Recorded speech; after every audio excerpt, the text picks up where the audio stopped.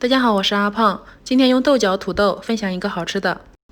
首先准备一小把新鲜的嫩豆角，洗干净控干水分，然后切成末，装入到大碗中。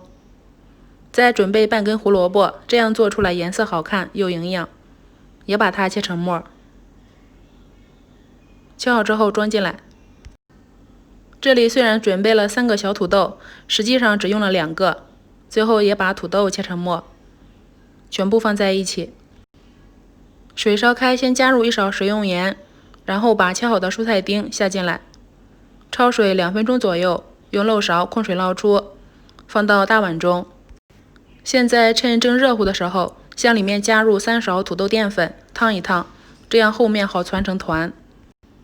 土豆淀粉的用量要根据蔬菜的实际情况来添加，不要加太多，也不要加太少，一直加到像这样能够爆成团不散开的状态就行了。然后把它搓成和鸡蛋黄大小一样的丸子，这样好蒸熟。放到不粘的笼垫上，盖上盖子，水开上锅，开大火蒸8到10分钟。接下来根据个人喜好调一个自己喜欢吃的蘸汁，我用的依然是鸡蛋蒜。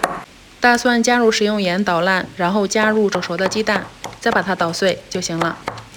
这个时候丸子也已经蒸好了，哇，这个颜色也太漂亮了吧，翡翠翡翠的。接下来把捣好的鸡蛋蒜转移到小碗中。现在开始调味，向里面多加一点小磨香油，再加入生抽，少来点醋，食用盐就不用添加了，搅拌均匀就行了。我们拿起个丸子看一看，捏一捏，是不是很 Q 又弹？